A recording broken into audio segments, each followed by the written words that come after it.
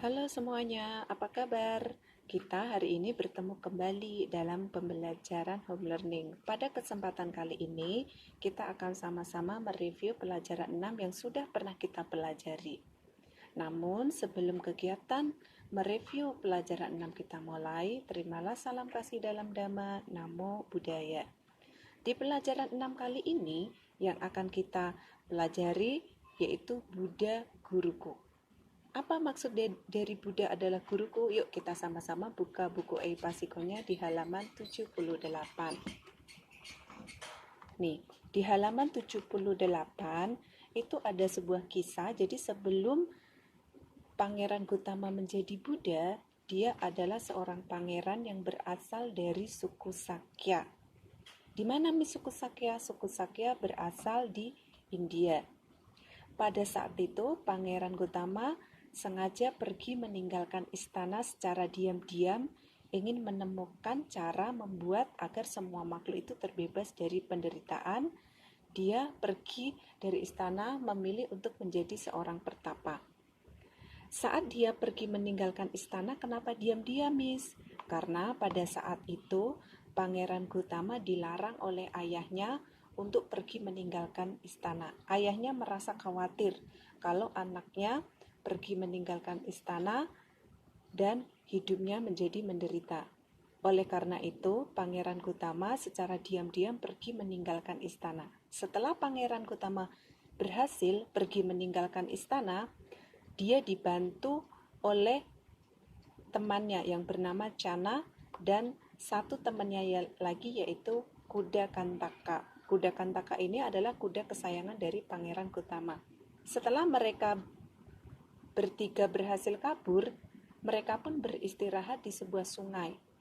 Nah, disitulah Pangeran Gautama di halaman 79 itu ada gambar bahwa Pangeran Gautama sedang duduk di pinggir sungai. Dia memegangi sebuah pedang dan melempar rambutnya. Disitulah Pangeran Gautama bertekad bahwa dirinya ingin melepaskan semua kemewahan yang ia miliki. Dia ingin menjadi seorang petapa. Saat itu dia mulai dengan memotong rambutnya. Kemudian setelah beliau meninggalkan semua kemewahan yang ia miliki, dia menjadi seorang petapa, hidupnya sederhana. Di halaman 79 ini, di gambar nomor 2, ini adalah Pangeran Gautama ya. Ketika terus belajar bermeditasi sampai akhirnya dia berhasil menjadi seorang Buddha. Setelah beliau berhasil menjadi seorang Buddha, ia menemukan cara supaya semua makhluk bisa terbebas dari penderitaan. Kemudian Buddha berkeliling dari satu tempat ke tempat lainnya, dari satu daerah ke daerah lainnya. Buddha mengajar supaya banyak makhluk yang bisa terbebas dari penderitaan agar semua makhluk berbahagia. Di halaman 82, di situ ada sebuah kisah yaitu Buddha menyelamatkan manusia. Di situ ada kisah tentang dua suku, yaitu suku Sakya dan suku Kolya. Suku Sakya dan suku Kolya adalah daerah yang saling berdekatan. Desa mereka dipisahkan hanya oleh sebuah sungai. Sungai tersebut disebut Sungai Rohini. Suku Sakya dan suku Kolya memakai air sungai itu secara bersama-sama. Sampai suatu ketika cuaca sangat panas sekali. Saking panasnya sampai membuat air sungai itu menjadi kering. Karena air sungai itu lama-lama menjadi kering, akhirnya kedua suku Sakya itu mulai kesusahan. Jadi suku Sakya dan suku Kolya itu mulai kesusahan air. Kemudian mereka berkelahi berebut air, bahkan mereka mau berperang. Tapi untungnya pada saat itu Buddha datang, ingin menyelamatkan mereka. Nah, untuk kisah selanjutnya kalian bisa lihat sendiri di halaman 82 dan 83. Untuk selanjutnya yaitu Buddha adalah penyelamat hewan. Selain Buddha sebagai penyelamat manusia, Buddha juga menyelamatkan hewan-hewan yang menderita. Suatu hari Buddha sedang berjalan. Tanpa sengaja Buddha melihat seorang bapak. Bapak itu sedang menarik kambing. Kambing itu ingin dikorbankan.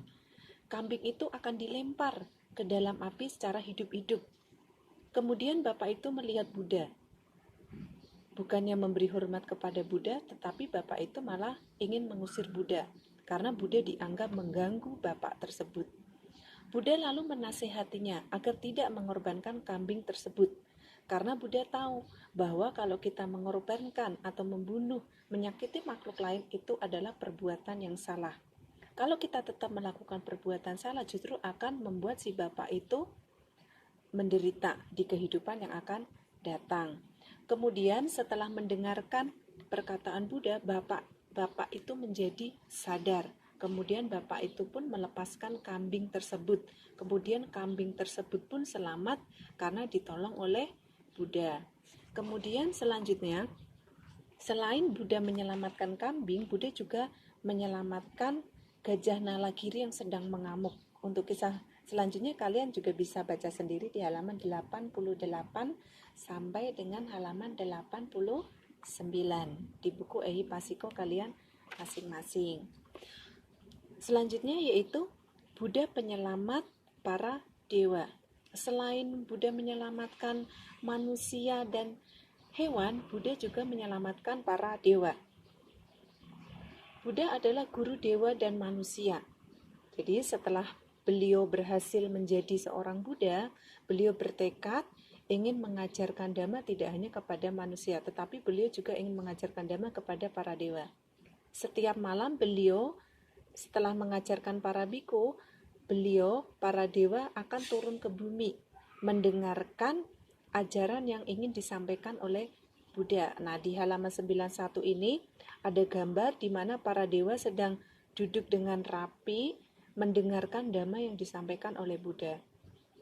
Suatu saat ketika Buddha pergi ke surga, di sana Buddha mengajarkan para dewa. Buddha mengajar selama 3 bulan lamanya di alam surga kepada para dewa. Para dewa begitu bahagia sekali ketika mendengarkan Buddha atau mendengarkan ajaran Buddha. Para dewa banyak sekali belajar kebajikan atau belajar kebaikan dari guru Buddha.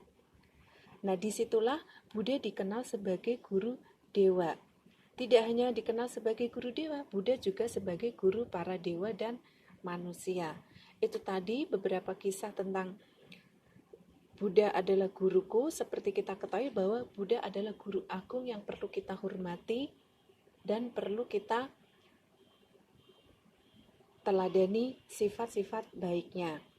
Sebagai siswa Buddha yang baik, kita tidak hanya menghormati Buddha saja, tetapi kita juga harus menghormati kedua orang tua kita dan menghormati semua orang, apalagi orang yang lebih tua.